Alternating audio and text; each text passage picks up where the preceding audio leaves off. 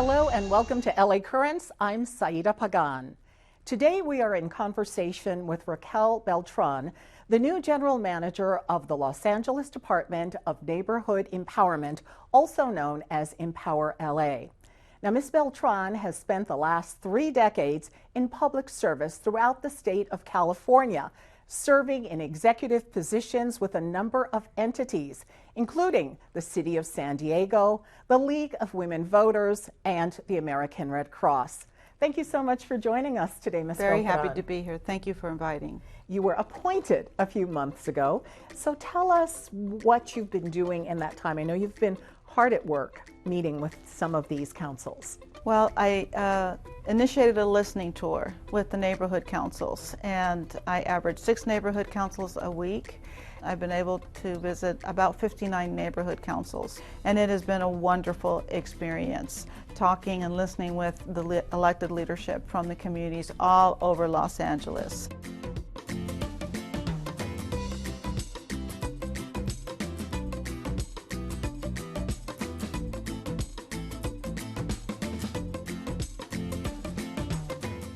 A lot of public officials have gotten their start with the neighborhood councils. Tell us how that's possible. That's my favorite part of this system. Whenever anybody decides that they're going to start interfacing with government, start attending government meetings, start figuring out what avenues exist in order for you to be able to express yourself, your thoughts, and to serve your community, you've already taken a step forward in learning how to govern, how to become an elected official. My name is Lily Larson. I'm 17 and I've been an activist since I was 5. There is no age too young to get involved in your community. Let's come together and make change for the highest good, for our neighborhoods, for our city, our state, our country, and our planet. Now, we know that Los Angeles, being a big city, has many challenges and many issues: crime, homelessness, street repair. What are some of the concerns that you're hearing, and how do they vary from different parts of the city? There are some consistencies throughout the system. Everybody's concerned about public safety. Everybody's concerned about homelessness. And on the listening tour, I can hear and see people engaging in those discussions in a very unique way, because it relates to the way in which those communities experience those issues. Some communities are more concerned about emergency preparedness. Some communities are more concerned about education or the absence of education. Some of the communities are more concerned about infrastructure development. For us as a department, we have to give each of them the customized support that they need in order to meet their particular needs based on the manner in which they would like to be involved in those discussions and issues. Are you hearing anything that's surprising to you?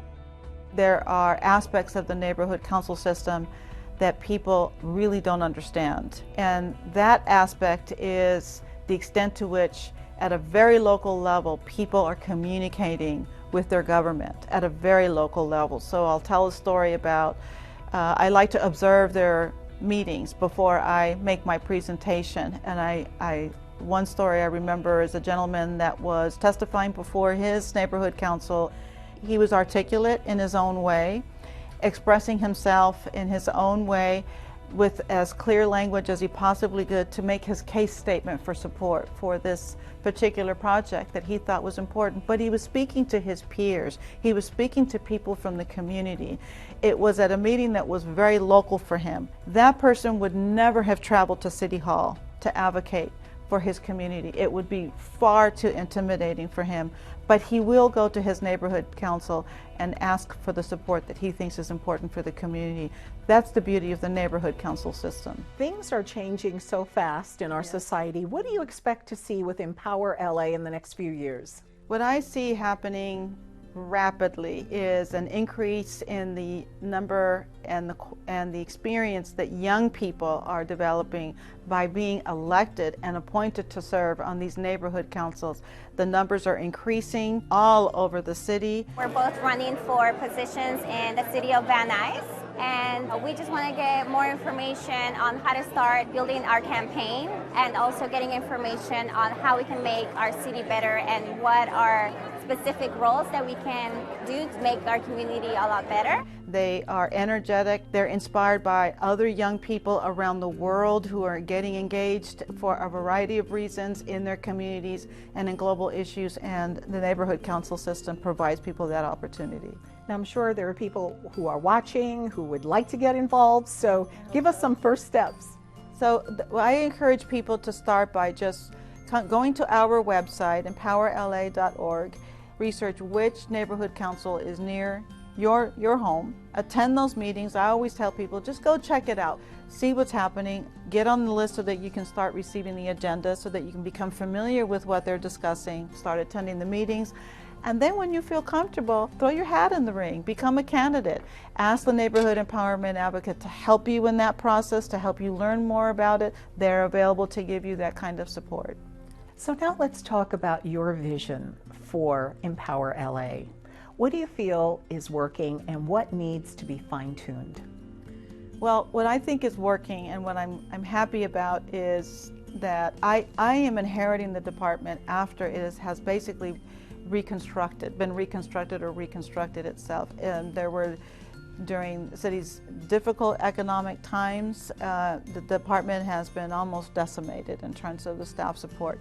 What we do is work with people, and that means we need people who are trained and competent and operating in a consistent manner across the department, meaning across the city, to provide that direct neighborhood council support to these important volunteer individuals that sacrifice a lot of time away from their family in order to make this system work and serve their communities.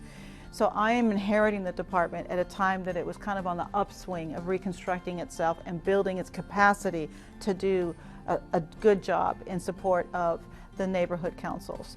So what I look forward to is moving that forward.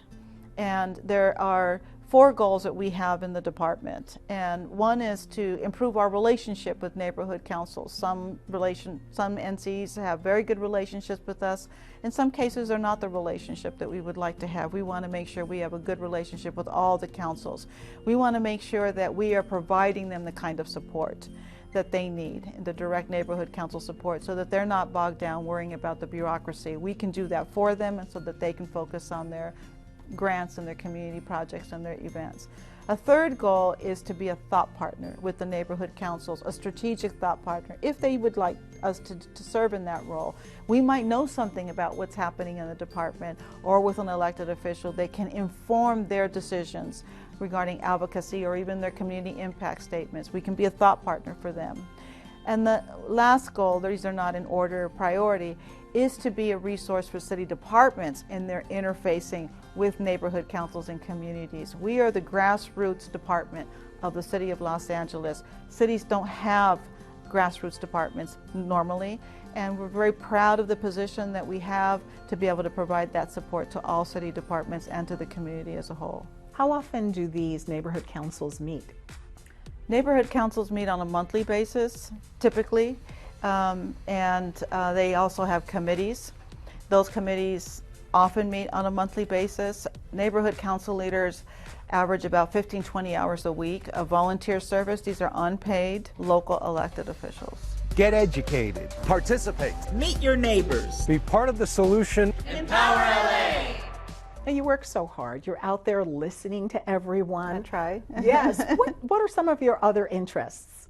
Well, certainly my family is the #1 interest, and I have tremendous support from my family, otherwise I couldn't do the listening tour. And the other thing I do is I founded a nonprofit that teaches children how to play mariachi music.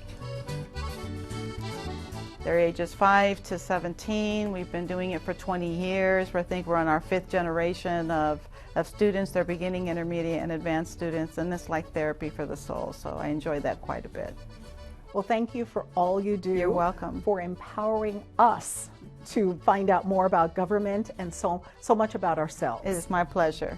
And thank you for joining us for this edition of LA Currents. I'm Saida Pagan.